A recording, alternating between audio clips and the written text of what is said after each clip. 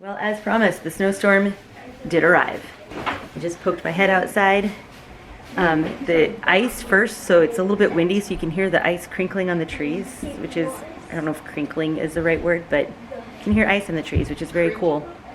Not even creaking, it's like breaking. You can it's like ice, a bunch of ice breaking. Cracking! I don't know. We didn't get quite as much overnight, but I think we're still supposed to get some more snow today. And I heard someone's snowblower outside, but it's not ours. We have one, and it doesn't work because that's the way it goes at our house with small machinery. So we are going to, for our outdoor recreation this morning, we're going to go shovel some very, very wet and heavy snow. My goal was to wait long enough so that maybe all the shovels were going to be taken so I could come inside and do things. I think that was Nika's goal too. Anyway, because look, there's a nice fire. Doesn't that look nice? There's always a shovel for me. I know. Yeah, Brett may have said if there's a choice between Veronica and I shoveling or Ephraim shoveling, then we get to shovel. Lucky us. Anyway, so yes, we have a snowblower. We actually got it worked on, got it fixed, and then the very first time we used it, it stopped working. So we're done putting money into that. Good old-fashioned shoveling time. Should be fun. That is freezing rain, I feel. Is it? Wow, it is slick out here. All right. We officially got a foot of snow. And it's currently freezing rain. And the snow's super heavy. And I think spirits are already a little heavy as well. Alright, I'm gonna grab a shovel before I get fired.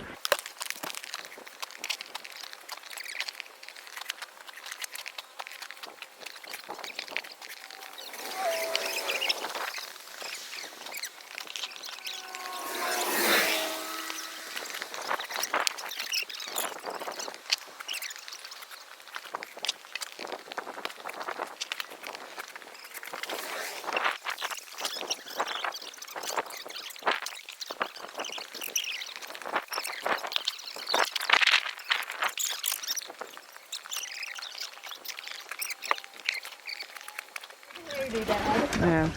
Good job, guys.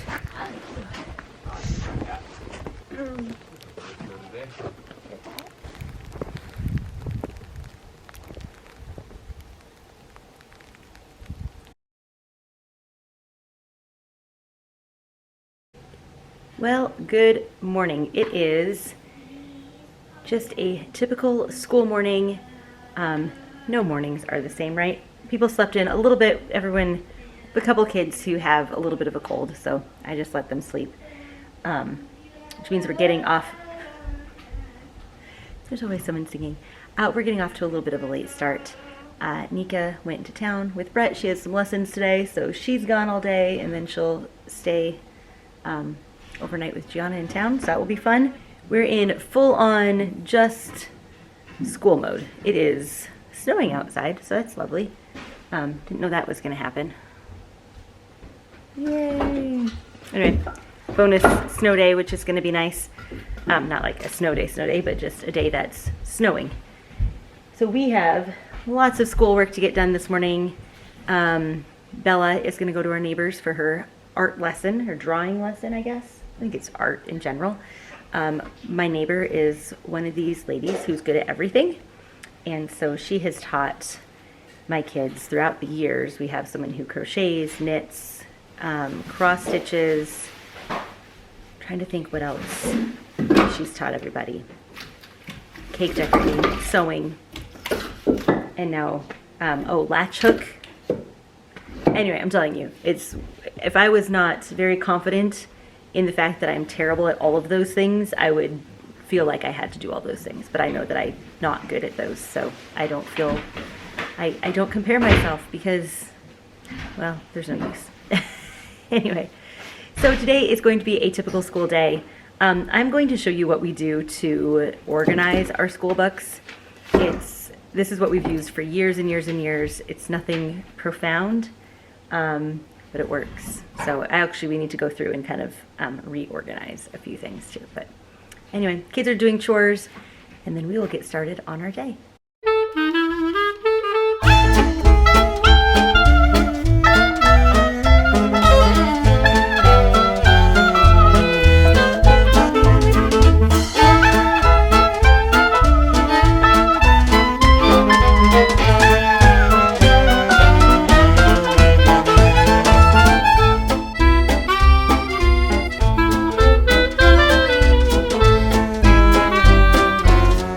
Kids are continuing to do school, I'm going to show you how we store all of our school stuff. It's changed a little bit over the years, but this is kind of what we've been doing consistently for the past several years, and it's super easy. I bought these boxes right here. I'll even show you what they are exactly. This is the exact box that I have.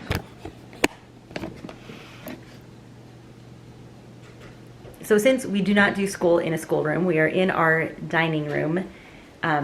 We don't have access to like the shelves. We have a huge school closet that we have shelves in, and years and years ago when we first moved to this house, we did school downstairs in like a schoolroom. But now that schoolroom has a grand piano and a vibraphone and a Bowflex and a foosball table. So we don't do school down there, and no table. So this is where we do school, at the dining room table. And so here are the boxes. Let me show you. So this is Ephraim's box. Everyone's is basically the same, a little bit different in what they keep in here. Actually, this is going to be good motivation because we need to go through and make sure that these are well stocked and have everything that they need. So he has colored pencils. We're supposed to have at least one of every color in here. We have a Lego head because that's important to this child's academic excellence, right? It's just like a few. We used to have a frog in here. Is your frog still in here? No. Oh, it's sad. We used to have is it a Playmobil frog? Or is it a Lego frog? Lego frog? Okay. Okay, so up here we have the tray that has things. These are stickers for his like reading chart thingy. Anyway, so up here is supposed to be pencils. There's supposed to be a glue, oh, there's a glue stick. There's supposed to be scissors in here too, so we need to restock this. But this comes out, which is super handy. And this is where the kids keep all of their like individual books. So this is what Ephraim's doing for spelling. He has his history book. Writing, I do not recommend. I do, however, like our science. And then this is his chart. And actually, I'm just going to clean this out while we're in here because he doesn't need this anymore. He doesn't need this anymore. That, oh, it's a colored pencil. That, don't know what that is. Oh, hey, a ruler that can go up in the top. Anyway, so everyone's boxes have a few, different things in them. This is basically the gist of it. I'm going to put these things, check the lessons here, and put these in my burn box because we will burn those. That's how we start our fires every morning. Okay, so I'll put his stuff back. Oh, just kidding, I found it. This goes up in the tray, and this goes up in the tray. As you can see, we are humans, not robots. So sometimes things get a little disorganized, and that's okay. I need to finish cleaning this out. Oh, that's it. You have a little book in there. Yeah, that I can read because this is like It's like from forever ago. one sentence in every page. All right, I'm not gonna get distracted. I'll clean the rest of that out. Maybe today will be my school box cleaning day. That'll be fun. Anyway, some of the kids, if they have too much to fit in here, obviously their tray doesn't fit. So we could do one of two things. We can either just get like a pencil bag and put their stuff in there, or they do sometimes. Some of the older kids will keep like some of their larger textbooks down in the schoolroom, and they just have to go, or in the school closet, and they just have to go and get them. This is what's handy. And then we're not usually done with school by lunch, at least not everybody is, and so we will just put everything in the boxes, slide the boxes to the end of the table, and then this is the handy thing. When we're totally done with school, we just store these boxes in our little China hutch here. So Brett refinished this. It was given to us by a friend who has apartments in town, and she was getting rid of this. It was I don't know, painted yellow or something. I don't remember. Anyway, so he refinished this. It looks great. So then the boxes just go in here. So that's Bella's box and some random stuff. Oh, that's not supposed to go in there. Ah. See, this is what I'm saying. You can have all the organization in the world, but unless you are teaching robots and not children, sometimes the organization doesn't work super well. Okay. Here we go. This goes in here. Okay. So that's where those boxes go. And then I have just this pile of my books, which also needs to go. I also need to go through that. And then over here in the dining room, we have one little drawer that's kind of underneath our peninsula here. And that's where I keep some more stuff. That is how we organize the books that we are currently using. Down in the school closet, we have like other books.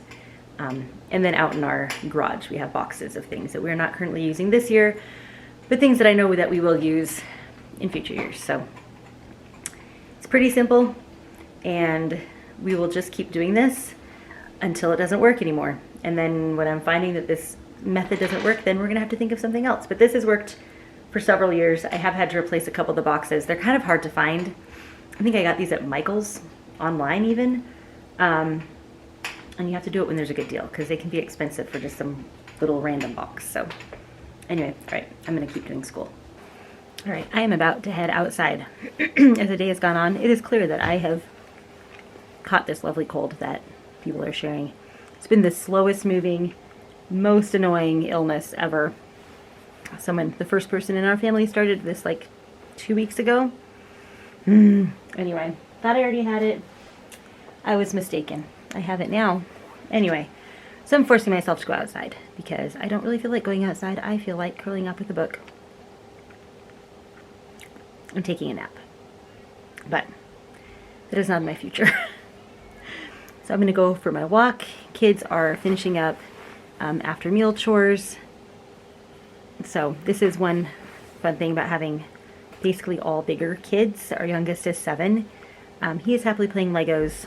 The 10-year-old is doing her school. She was the one who was next door for art. So she's now doing school. And my almost 15-year-old, cannot believe she's 15, and my 12-year-old are cleaning the kitchen. So I'm going to go for a walk. So let's talk curriculum a little bit for homeschooling.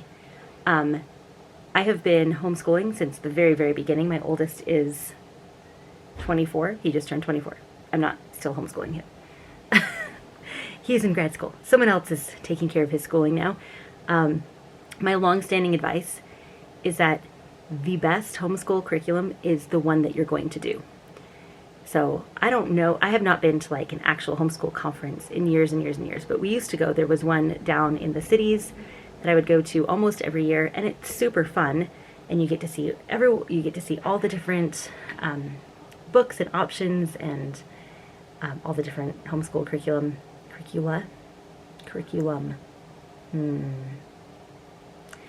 and which was great.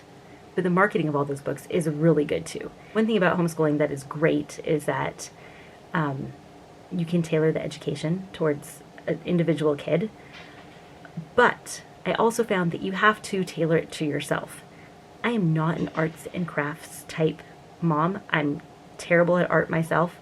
I do not like crafts. Some of my kids do, and that's great. And now they're all old enough where they can do those themselves. So a curriculum that would require a lot of extra artsy things or crafty things or special things or whatever always looked like fun. I'm like, yeah, we should definitely do this. But I would never do those things because I don't like those things, and I would just feel like they would be stressful and I'd get overwhelmed. So I know that I can't buy those types of curriculum for my kids. At this point, since we've been doing this for so long, I kind of do the same thing, and I change it up a little bit from year to year. But for the most part, we're just plugging along. And I think that's the best advice that I can give, is that whatever curriculum you're actually going to use is the best one. And is there something that's going to be more rigorous? Maybe. Is there something that's going to, speak to your child's soul in a better way. I don't know, maybe. But if you're not going to use it, then it doesn't really matter. So just find something you like, use it, and it will all be okay.